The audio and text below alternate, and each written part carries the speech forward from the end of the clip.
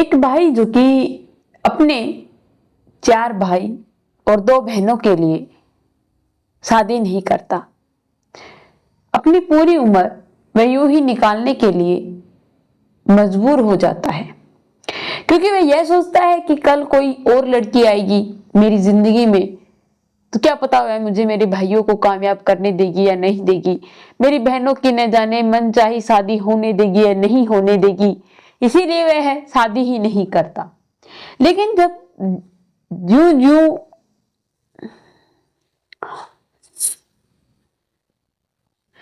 मालिक ने अपनी ही नौकरानी के साथ चलाया अफेयर, आखिरकार उसने ऐसा क्यों किया? जब उसकी शादी करने की उम्र थी तब उसने अपनी शादी से साफ साफ इनकार कर दिया। लेकिन अब उसे ऐसी क्या तलब लग गई थी या ऐसे उसे क्या हवस जाग गई थी जिसके कारण वह अपनी ही नौकरानी के साथ मुंह काला कर लेता है या अपनी नौकरानी के साथ शादी रचाने का प्लान बनाने लगा। तब भाइयों को इस बात के बारे में पता चलता है तो वह हैरान नहीं परेशान भी हो जाते हैं। चलिए जानते हैं दोस्तों कि आखिरकार एक मालिक अपनी ही नौकरानी के साथ शादी करने के लिए मजबूर था या फिर उसकी कोई साजिश। नमस्कार, आदाब, सत श्री अकाल। मैं Priyanka Yadav crime movement channel पर आप लोगों का हार्दिक स्वागत करती हूँ। आशा करती हूँ आप लोग खुश होंगे, स्वस्थ होंगे, अपना और अपनों का ख्याल रख रहे होंगे। आज की जो हमारी कहानी है बड़ी ही इंटरेस्टिंग है, पूरी जरूर सुनना। एक गांव के अंदर एक छोटा सा परिवार था। 3 भाई और 2 बहनों का एक परिवार था। माता पिता बचपन में ही गुजर जाते हैं।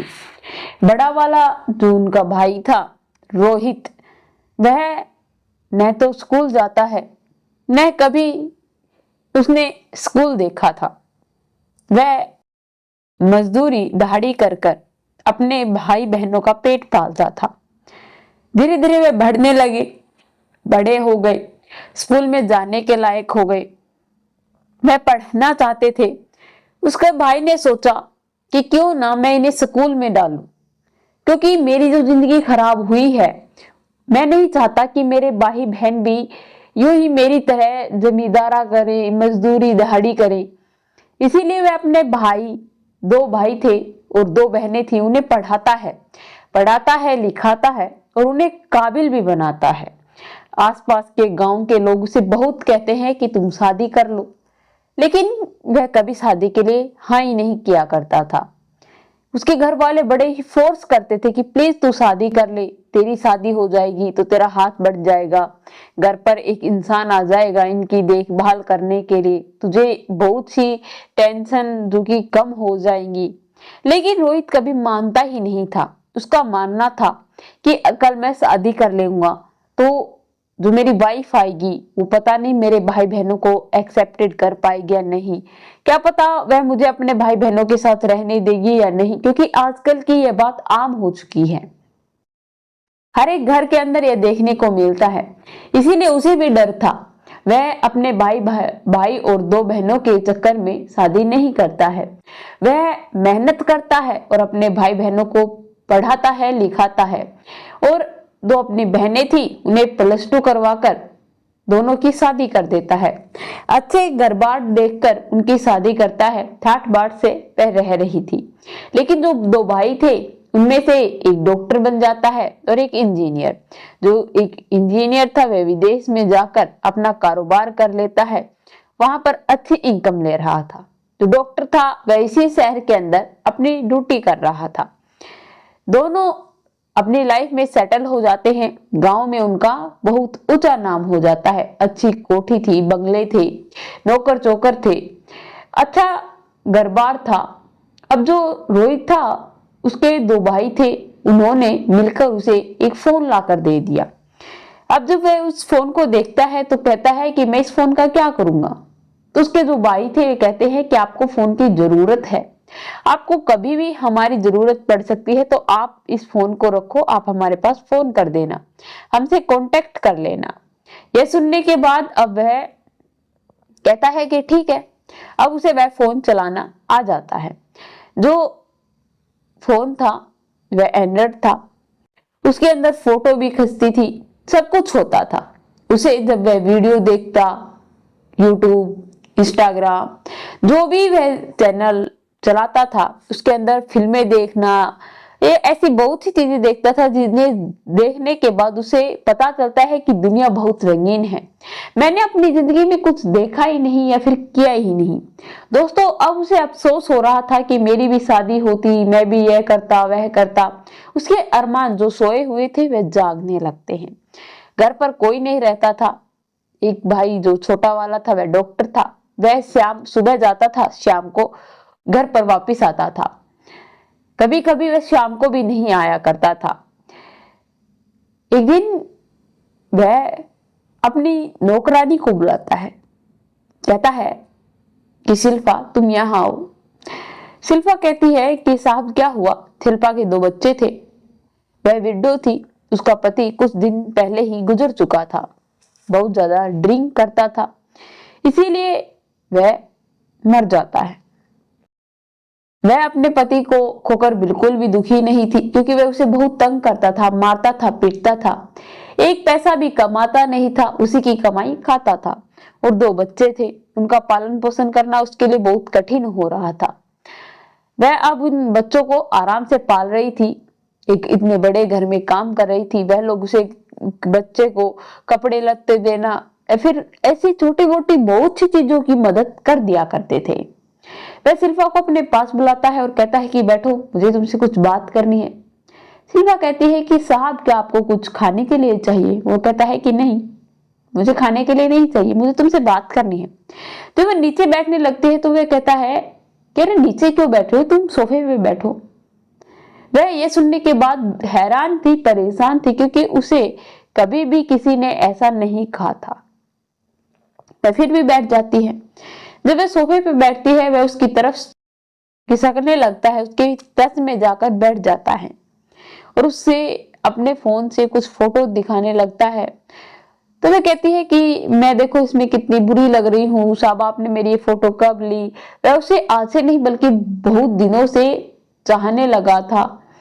उसके दिल में उसके लिए कुछ ऐसी चीजें उत्पन्न हो चुकी थी जिसकी वजह से उसे चाहने लगा था, उसे पसंद करने लगा था।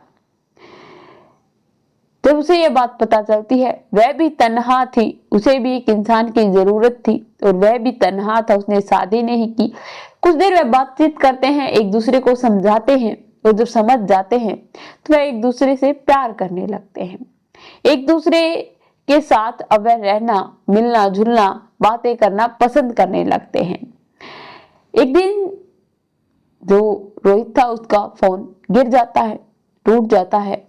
टूटने के कारण अब वह अपने भाई से फोन देता है और कहता है कि जाओ तुम मेरा फोन ठीक करवा के लाके दो। जो उसका छोटा भाई था वह दुकान के वाले के पास जाता है, रिपेयर करवाता है।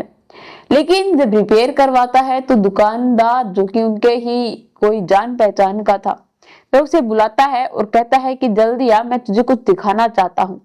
और वह सारी फोटो उसे दिखला देता है, जो कि वह आपस में जो एक दूसरे के साथ रहते थे तब जो क्लिक की थी, वह फोटो जो नए नए कपड़े पहनती थी, स्माइल करती थी, वह हर फोटो फोन में बरामद थी, पाई थी।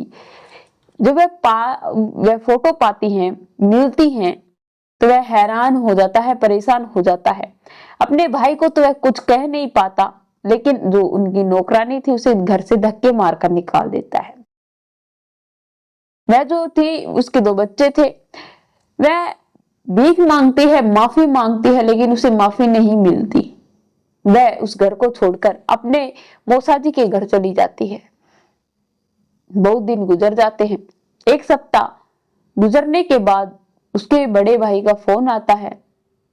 कहता है, छुटकू बड़े भाई का क्या हालचाल है, क्या बात है, आजकल फोन करता हूँ फोन भी नहीं उठाते हैं, और अगर उठाते हैं तो बड़े ही दुखी मन से मुझसे बात करते हैं। आज तक मैंने उनकी ऐसी आवाज सुनी नहीं है।